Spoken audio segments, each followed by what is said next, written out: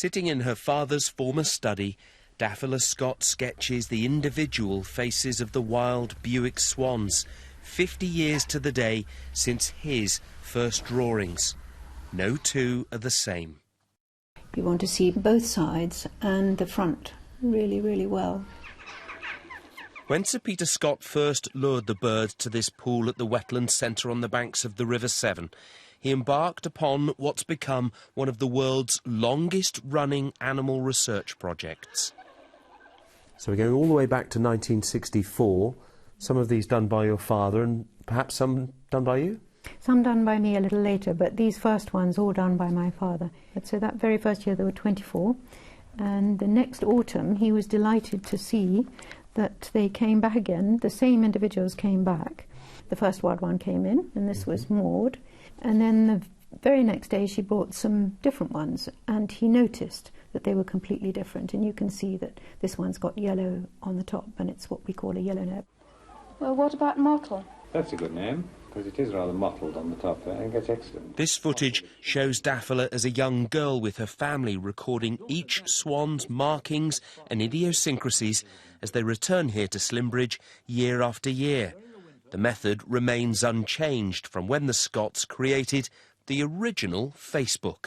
So Lefty has a pattern with the dark coming down to the left-hand side. So with her I must go Mr. Right. Of course. Then unfortunately she lost Mr. Right. Sometimes they lose their mates. And so subsequently she brought with her another bird. Later on. He became known as Mr. Wrong.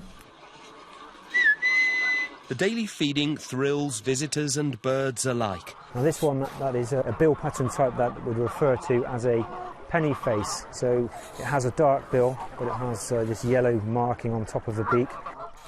But so far this winter, the number of migratory Bewicks is down. Now, the bad weather that we're having at the moment has caused the lowest number of Bewick swan visitors here to Slimbridge since 1965. How do we know that? Well, not through scientific research born from radio transmitters or global positioning satellites. No, it's the facial recognition of the swans, technology that dates back half a century. During that time, the technology, or art, has helped to inform our understanding of the species. We've really got to know about individuals, so sort of the life histories. It throws up, some obvious facts, like how long they live. The record breaker is 29 years, for example, the oldest known Bewick swan. We've got one here at the moment that's been coming for 22 years. They will pair up for life, and one example, that was 21 years. They came back here for 21 years together. With 9,000 mugshots to date, it's an impressive family album. And for these international travellers, it's unrivalled around the world. Now, I spotted two magnificent beasts on this page. Here they are, Bill and Susanna. Beautiful couple of birds. John Maguire, BBC News, Gloucestershire.